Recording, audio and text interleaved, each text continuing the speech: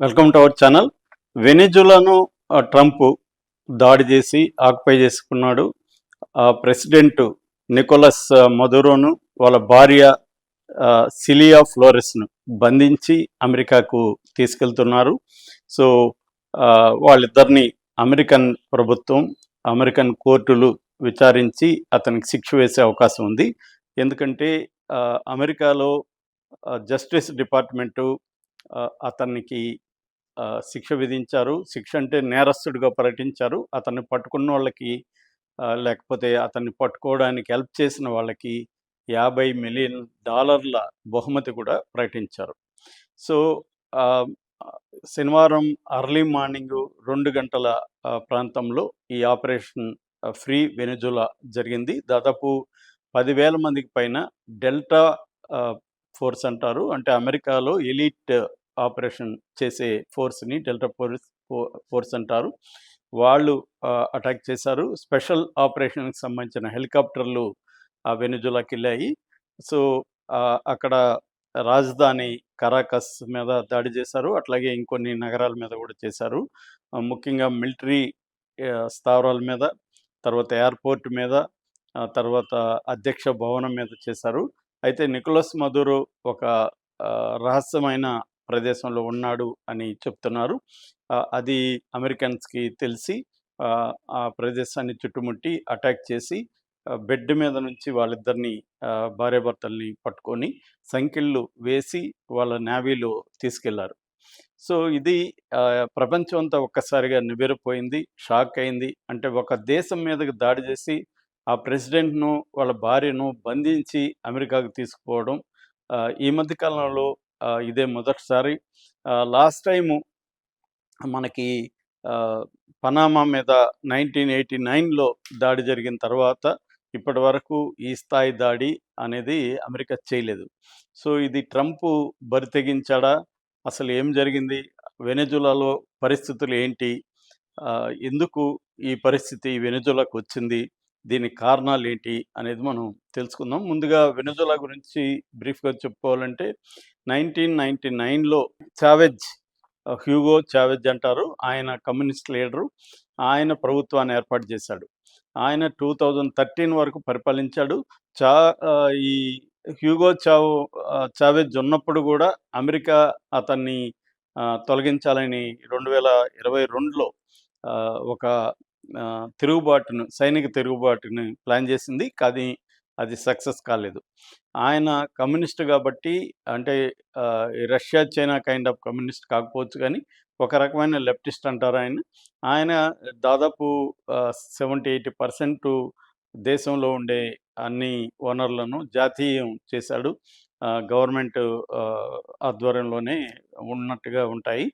So ఆయన తర్వాత అప్పటికి బస్సు డ్రైవర్గా ఉన్న ఈ నికోలస్ మదురో 2013లో చావెజ్ తర్వాత అక్కడ ప్రెసిడెంట్గా అయ్యాడు. 2024 ఎన్నికల్లో ఆయన రిగ్గింగ్ చేసి మళ్ళీ అధికారంలోకి వచ్చాడని చెప్తారు. ఏదేమైనా 13 నుంచి ఆయన పరిపాలిస్తున్నాడు. ఇక వెనిజులా గురించి చెప్పుకోవాలంటే, వెనిజులా అనేది సౌత్ అమెరికాలో ఉంటుంది. దీన్ని లాటిన్ అమెరికా అని కూడా పిలుస్తారు. ఈ వెనిజులా ఏంటంటే మన దేశంలో 1/4 ప్రదేశాన్ని కలిగి ఉంటుంది. మొత్తం భౌగోళికంగా చూసుకున్నప్పుడు చాలా పెద్దది. మన దేశంలో 1/4 అని చెప్పచ్చు. అయితే జనాభా చాలా చిన్నది. దాదాపు 3 కోట్ల జనాభా ఉంటారు. ఎక్కువగా అక్కడ నగరాల్లోనే 80% పైన నగరాల్లోనే జీవిస్తుంటారు. వెనిజులాలో ప్రధానమైనది ఏమంటే నేచురల్ రిసోర్స్ బలంగా ఉంటాయి. ముఖ్యంగా క్రూడ్ ఆయిల్ అక్కడ ప్రపంచంలోనే అత్యధిక నిల్వలు ఉన్న దేశం ఏదంటే వెనిజులా. ఈ వెనిజులాలో క్రూడ్ ఆయిల్స్ 303 బిలియన్ బ్యారల్స్ ఉన్నాయని చెప్తున్నారు. అయితే ఇది మరీ ఎక్కువ క్రూడ్గా ఉండడం వల్ల దాన్ని తీయడానికి కానీ, దాన్ని రిఫైన్ చేయడానికి కానీ చాలా ఖర్చు పెట్టాలి, చాలా టెక్నాలజీ వాడాలి. ఈ స్థాయిలో వెనిజులా లేదు.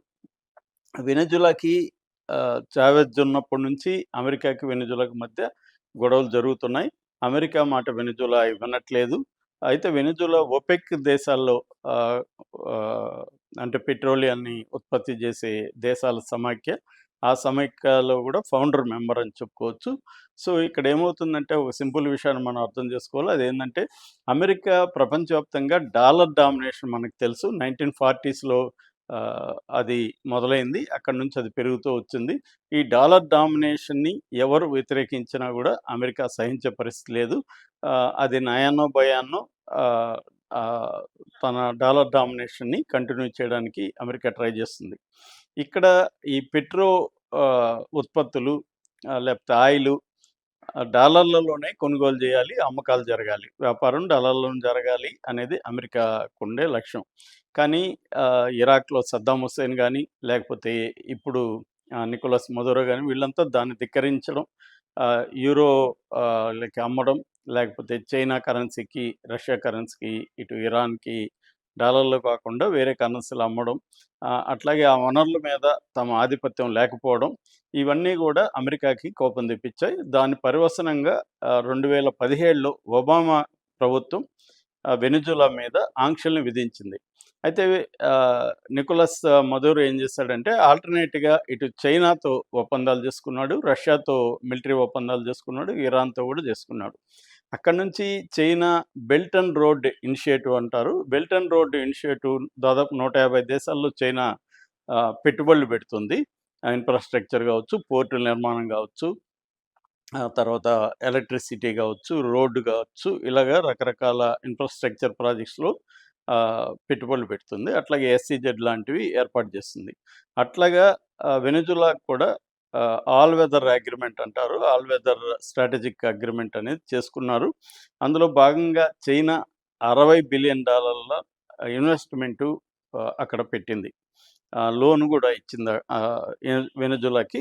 దానికి బదులుగా వెనెజులా దాదాపు ఆహ్, 7 లక్షల నుంచి 8 లక్షల బ్యారెల్లు పర్ డేకి అమెరికాకి క్రూడ్ ఆయిల్‌ని సప్లై చేస్తుంది. అంటే మొత్తం వెనెజులాలో తయారయ్యే ఈ ఆయిల్‌లో దాదాపు 80-90% చైనాకి సప్లై చేస్తుంది. దాంతో పాటు ఐరన్ ఓరు ఇలాంటివి కూడా సప్లై చేస్తుంది. ఏదేమైనా బైలేటరల్ ట్రేడ్ వాళ్ళిద్దరికి మధ్య $167 బిలియన్ ఉంది. సో, ఆహ్, ఇది నేపథ్యం అని చెప్పుకోవచ్చు. అయితే వెనెజులాలో ఇంటర్నల్‌గా చూసుకున్నప్పుడు ఈ నికోలస్ మదురో వచ్చిన తర్వాత దారుణమైన పరిస్థితులు చోటు చేసుకున్నాయి. దాదాపు 86% పీపుల్ అక్కడ పేదలు. అక్కడ ముఖ్యంగా ఏందంటే వాళ్ళకి ఇన్‌ఫ్లేషన్ పెరగడం. దాన్ని హైపర్ ఇన్‌ఫ్లేషన్ అంటారు. అట్లాగే శాంక్షన్స్, మరోపక్క నియంతృత్వ పరిపాలన, ప్రజాస్వామ్యం లేకపోవడం. దీనివల్ల ఆర్థిక వ్యవస్థ కంప్లీట్‌గా కుప్పకూలిపోయింది. దాదాపు ఆహ్, 75% జీడీపీ పడిపోయింది. 2013-21 మధ్యలో 75% జీడీపీ పడిపోయింది. అట్లాగే 2018 నాటికి 65,000% ఇన్‌ఫ్లేషన్ పెరిగింది.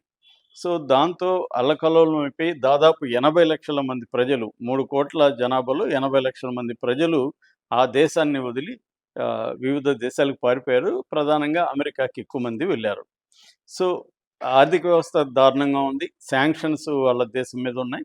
పెట్రోల్ ఉత్పత్తులు ఉన్న వాళ్ళ క్రూడ్ ఆయిల్ నిల్వలు ఉన్నప్పటికి కూడా వాళ్ళు ఇవాళ ప్రపంచవ్యాప్తంగా ఉన్న పెట్రోల్ నిల్వల్లో అంటే సరఫరాలో వాళ్ళు ఓన్లీ 1% మాత్రమే చేయగలుగుతున్నారు. అంటే 2023 నాటికి 10,98,000 బ్యారెల్లు పర్ డే వాళ్ళు ఉత్పత్తి చేస్తుంటే, ఇవాళకి అది 8,60,000కి పడిపోయింది. అంటే మొత్తంగా ఓల్డ్ ఆయిల్ దీంట్లో వ్యాపారంలో వాళ్ళు 1% మాత్రమే చేయగలుగుతున్నారు. సో, ఆ స్థాయికి అది పడిపోయింది. ఇక పెట్రోల్ గూడా ప్రపంచంలో అన్నిటికంటే కూడా తక్కువగా పెట్రోల్ దొరికేది ఆ దేశంలోనే. అంతగా పడిపోయింది. సో, ఈ పరిస్థితులేందంటే ఆహ్, ఒబామా దగ్గర నుంచి ఈ ఆంక్షలున్నాయి. ఆ దేశాన్ని ఎలాగన్నా తమ కంట్రోల్‌లోకి తెచ్చుకోవాలని అమెరికా ప్రెసిడెంట్ ట్రై చేస్తున్నారు. ట్రంప్ మొదటి టర్మ్ కూడా ట్రై చేశాడు. దాని తర్వాత బైడెన్, దాని తర్వాత ఇప్పుడు ట్రంప్ వచ్చి గత కొంతకాలంగా ట్రంప్ ఆ దేశాన్ని మీద ఏదో ఒక రకంగా ప్రెషర్ పెట్టడానికి ట్రై చేస్తున్నాడు. ముఖ్యంగా ట్రంప్ ఉద్దేశ్యం ఏందంటే ఈ మదురోని తొలగించి తన కంట్రోల్‌లో ఉన్న ప్రభుత్వాన్ని అక్కడ ఏర్పాటు చేస్తే కంప్లీట్ చైనాని పక్కకు నెట్టేసి తన కంపెనీలు, తన ఆహ్, అమెరికాలో ఉండే కంపెనీలు అక్కడ ఆయిల్ రిజర్వ్స్‌ని సొంతం జేసుకోవాలనేది ప్రధానంగా ట్రంప్ ఉద్దేశం. కానీ అది చెప్పకుండా ఏం జెప్తున్నారంటే ట్రంప్ గాని, అమెరికా గాని ఆహ్, నార్కోటిక్ టెర్రరిజం అని చెప్తున్నారు. నార్కోటిక్ కంట్రీ లేదా నార్కోటిక్ స్టేట్ అని డిక్లేర్ చేస్తున్నారు. ముఖ్యంగా ఫెంటనిల్లు, కొకైను అక్కడి నుంచి అమెరికాలోకి వస్తున్నాయని చెప్తున్నారు.